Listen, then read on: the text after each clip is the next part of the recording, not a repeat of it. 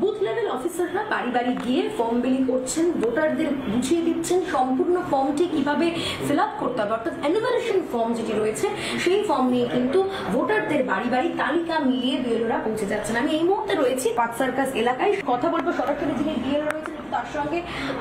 আদিবাবু, একটু আগে আপনার সঙ্গে কথা হচ্ছিল, গোটা বিষয়টি আপনারা বোঝাচ্ছেন, সকাল থেকে কাজ হচ্ছে, দুটো ফর্ম করে দেওয়া হচ্ছে, একটা ফর্ম ফিল আপ করতে হবে আর একটা রিটার্ন করতে হবে, ঠিক আছে? এরকম কিন্তু কিছু অসুবিধা হচ্ছে না, নাম পাওয়াই যাচ্ছে। একটু আগে এক দুদিন পরে দেখুন কি হবে, আজকে তো প্রথম দিন আছে, এখন অব্দি তো কিছু অসুবিধা হবে। কিভাবে দেখছেন গোটা বিষয়টা, এসআইআর প্রক্রিয়াটাকে? সকাল থেকে বিএলওরা বিভিন্ন বাড়ি যাচ্ছেন, এবার আপনাদের বাড়িও এসেছে, আপনারা ফর্ম ফিল আপ করছেন, তো কোনো জায়গায় বুঝতে কিছু সমস্যা হয়েছে? একটা আমরা কথা শুনছিলাম কয়েকদিন আগেও যে যদি ভোটার লিস্টে নাম না পাওয়া যায় সেক্ষেত্রে আপনাদের যদি আবারও ফিরে যেতে হয় কোনো জায়গায়, কলকাতার বাসিন্দা আপনাদের অনেক রাজনৈতিক দল সেটা বলেছে, তো সেই জায়গা থেকে কি মনে হয় কোনো সমস্যা হতে পারে আগামী দিনে? না, সমস্যা ঠিক মতো বুঝতে পারছেন আপনারা?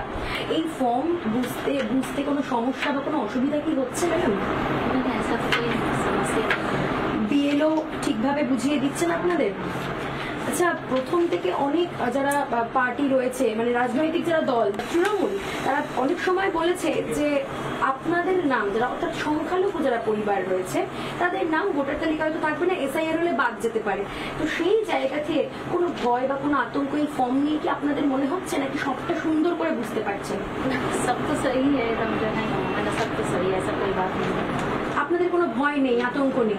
লিস্টে নাম আছে, নথি বা আপনাদের নাম তালিকায় এখনো পর্যন্ত দেখতে পাচ্ছেন নিশ্চয়ই, তাহলে সেক্ষেত্রে আপনাদের কোনো ভয় নেই।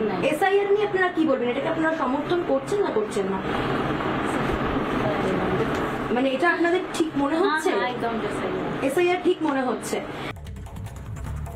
মইদুল আলী মন্ডল এই মুহূর্তে রয়েছেন আমার সাথে স্টুডিওতে। মইদুল ভাই, আপনার কি ভয় লাগছে?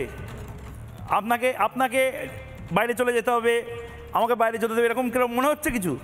ফার্স্ট অফ অল বলবো ধন্যবাদ জানাবো রিপাবলিক বাংলাকে, যাকে আমার বলার জন্যে, বলতে দেওয়ার সুযোগ করে দেওয়ার জন্যে। ভয়ের কোনো বাতাবরণ এখনও সৃষ্টি হয়নি, কেন আমরা আদি এখানকার মুসলিম, আমাদের ভয়ের কোনো ব্যাপারই নেই। আমাদের অনেক বছর আগে থেকে, স্বাধীনতার আগে থেকে আমরা এখানে আছি, স্বাধীনতার আগে থেকে দাদু ঠাকুরদার থেকে শুরু করে সবার আমাদের ভোটার তালিকায় 2002 সালে নাম আছে, এখনও পর্যন্ত আছে, এবং সেই জায়গায় দাঁড়িয়ে আমাদের ভয়ের কোনো ব্যাপার নেই। ভয় আমি আগেও বলেছি, এখনও বলছি, আগামী দিনও বলবো, যে ভয় পাওয়ার কারণ আমাদের নেই। আমরা ভারতীয় মুসলিম, আমরা রাষ্ট্রবাদী মুসলিম, এবং আমাদের ভয় পাওয়ার কোনো কারণ নেই। ভয় পাওয়ার কারণ একজনের আছে, যারা রুলিং পার্টি, তাদের দুধেল গায়েরা চলে যাচ্ছে, তাদের ভোট ব্যাংক কমে যাচ্ছে, তারা ভয় পাবে, এবং ভয় পাবে বাংলাদেশি মুসলিমরা এবং রোহিঙ্গা মুসলিমরা।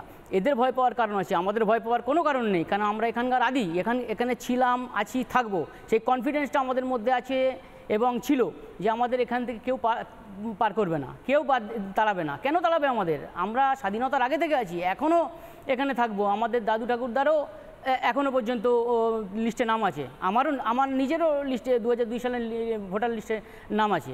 তো আমি কেন যাব? আমি ভয় পাবো কেন? আমি কেন ভয় পাবো? আমার ভয় পাওয়ার কোনো কারণই নেই, কোনো কারণ নেই আমার ভয় পাওয়ার।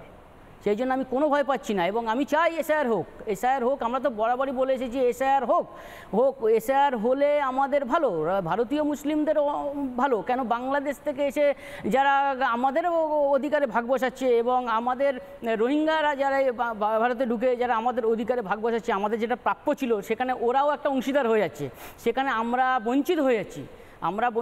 সেই কারণেই আমরা চাই যে এসআইআর হোক, এবং এসআইআরের মাধ্যমে যারা ভারতীয় মুসলিম, যারা দেশকে স্বাধীনতার পর থেকে যারা দেশকে ভালোবেসে এখানে থেকে গেছে, এই মাটিতে জন্মেছে, এই মাটিতেই কবরস্থ হয়ে গেছে, তারা এখানে ছিল, আছে, থাকবে, তাদের ভয় পাওয়ার কোনো কারণ নেই। এসআইআর হোক, আমাদের অধিকার আমরা পুরোটাই নেব, এবং ভারত সরকার যে অধিকার সবার জন্য রেখেছে, সংখ্যালঘু মুসলিমদের জন্য রেখেছে, শুধু ভারতীয় সংখ্যালঘু মুসলিমদের জন্য রেখেছে, সেই অধিকার আমরা চাই। মইদুল দা, আমাকে একটা কথা বলুন তো, এটা আমি বললে লোকে হয়তো মানবে না, সংখ্যালঘুরা হয়তো মানবেন না, কিন্তু 2002-তে এবং 2025-এর যে ভোটার লিস্ট, এই দুটো লিস্টে কি শুধুমাত্র হিন্দুদের নাম বা বৌদ্ধদের নাম রয়েছে? সেখানে তো আপনার নিজেদেরও নাম রয়েছে, আপনার পাড়ায় যারা সংখ্যালঘু ভাই বোনেরা রয়েছেন বা বাংলার বিভিন্ন ব্লকে ব্লকে যে সংখ্যালঘু ভাই বোনেরা রয়েছে, ভারতীয় মুসলমান সম্প্রদায়ের মানুষ রয়েছেন, তাদের তো সবার নাম রয়েছে। তা আতঙ্কের কারণটা কি আমি তো বুঝতে পারছি না।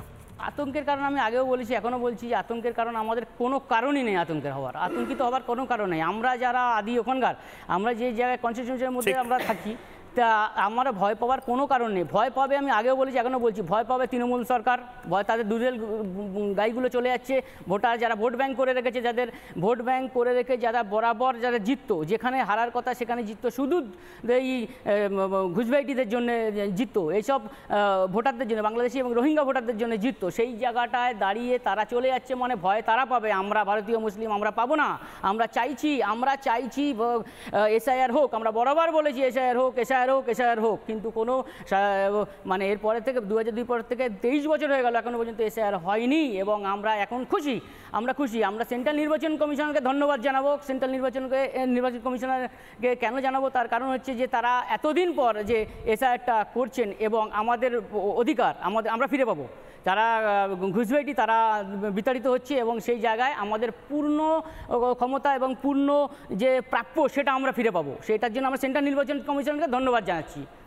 নানা ধরনের কন্টেন্ট দেখার জন্য লাইক করুন, শেয়ার করুন আমাদের ফেসবুক পেজ, সাবস্ক্রাইব করুন আমাদের ইউটিউব চ্যানেল। পাশাপাশি অন্যান্য ব্রেকিং নিউজের জন্য অবশ্যই চোখ রাখুন রিপাবলিক বাংলায়।